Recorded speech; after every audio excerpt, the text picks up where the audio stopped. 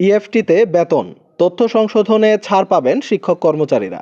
বিস্তারিত দেখুন রিপোর্টে।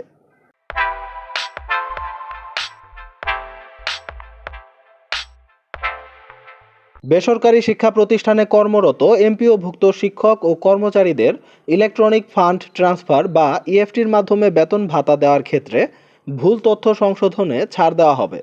নামের ক্ষেত্রে ডট, কমা কিংবা হাইফেন আপাতত সংশোধন না করলেও চলবে বলে জানা গেছে। মাধ্যমিক ও উচ্চশিক্ষা অধিদপ্তরের এডুকেশন ম্যানেজমেন্ট ইনফরমেশন সিস্টেম অর্থাৎ ইএমআইএস সেল সূত্রে এ তথ্য জানা গেছে। নাম অপ্রকাশিত রাখার শর্তে ইএমআইএস সেলের এক কর্মকর্তা দ্য ডেইলি ক্যাম্পাসকে বলেন, অসংখ্য শিক্ষক কর্মচারীর নামের বানানের ক্ষেত্রে ডট, কমা, হাইফেন সংক্রান্ত সমস্যা রয়েছে। এগুলো সংশোধন করতে গেলে অনেক সময় লেগে যাবে, সেজন্য আপাতত এই ভুলগুলো সংশোধন না করলেও চলবে।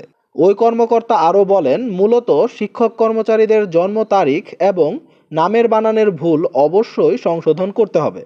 নামের বানানের ক্ষেত্রে 50% মিল থাকলে আমরা বিষয়টি সঠিক বলে ধরে নেব, তবে জন্ম তারিখ সহ অন্যান্য গুরুত্বপূর্ণ বিষয় অবশ্যই সংশোধন করতে হবে। এদিকে বেসরকারি শিক্ষা প্রতিষ্ঠানে কর্মরত প্রায় 3.5 লাখ শিক্ষক ও কর্মচারীর জানুয়ারি মাসের বেতন নিয়ে ফের দুঃসংবাদ দিয়েছে মাধ্যমিক ও উচ্চশিক্ষা অধিদপ্তর মাউসি। চলতি সপ্তাহে জানুয়ারি মাসের বেতন দেওয়ার কথা থাকলেও তা অনিশ্চয়তা তৈরি হয়েছে। শিক্ষা মন্ত্রণালয়ে পাঠানো প্রস্তাব অনুমোদন না হওয়ায় এই অনিশ্চয়তা দেখা দিয়েছে।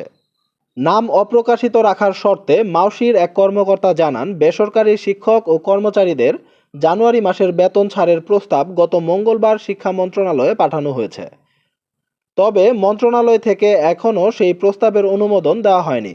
ফলে চলতি সপ্তাহে শিক্ষক কর্মচারীদের জানুয়ারি মাসের বেতন দেওয়ার কথা থাকলেও তা সম্ভব হবে বলে মনে হচ্ছে না। শিক্ষক ও কর্মচারীদের জানুয়ারি মাসের বেতনের প্রস্তাব অনুমোদনের বিষয়ে জানতে চাইলে শিক্ষা মন্ত্রণালয়ের মাধ্যমিক ও উচ্চশিক্ষা বিভাগের উপসচিব লিউজাউল জান্নাহ দ্য ডেইলি ক্যাম্পাসকে বলেন, জানুয়ারি মাসের বেতনের প্রস্তাব অনুমোদন দিতে আরও 2 থেকে 3 দিন লাগবে। প্রস্তাব অনুমোদনে কেন বিলম্ব হচ্ছে জানতে চাইলে তিনি ফোন কেটে দেন। অবশেষে অনেক ভোগান্তির পর তথ্য সংশোধনে ছাড় পাচ্ছেন শিক্ষক ও কর্মচারীরা। এই বিষয়টিকে আপনারা কিভাবে দেখছেন? এই বিষয়টি নিয়ে আপনাদের যে কোনো মূল্যবান মতামত অবশ্যই কমেন্টে লিখুন। দেখা হবে নতুন কোনো ভিডিওতে নতুন কোনো গুরুত্বপূর্ণ আপডেট নিউজ নিয়ে। ততক্ষণ পর্যন্ত ভালো থাকুন। আল্লাহ হাফেজ।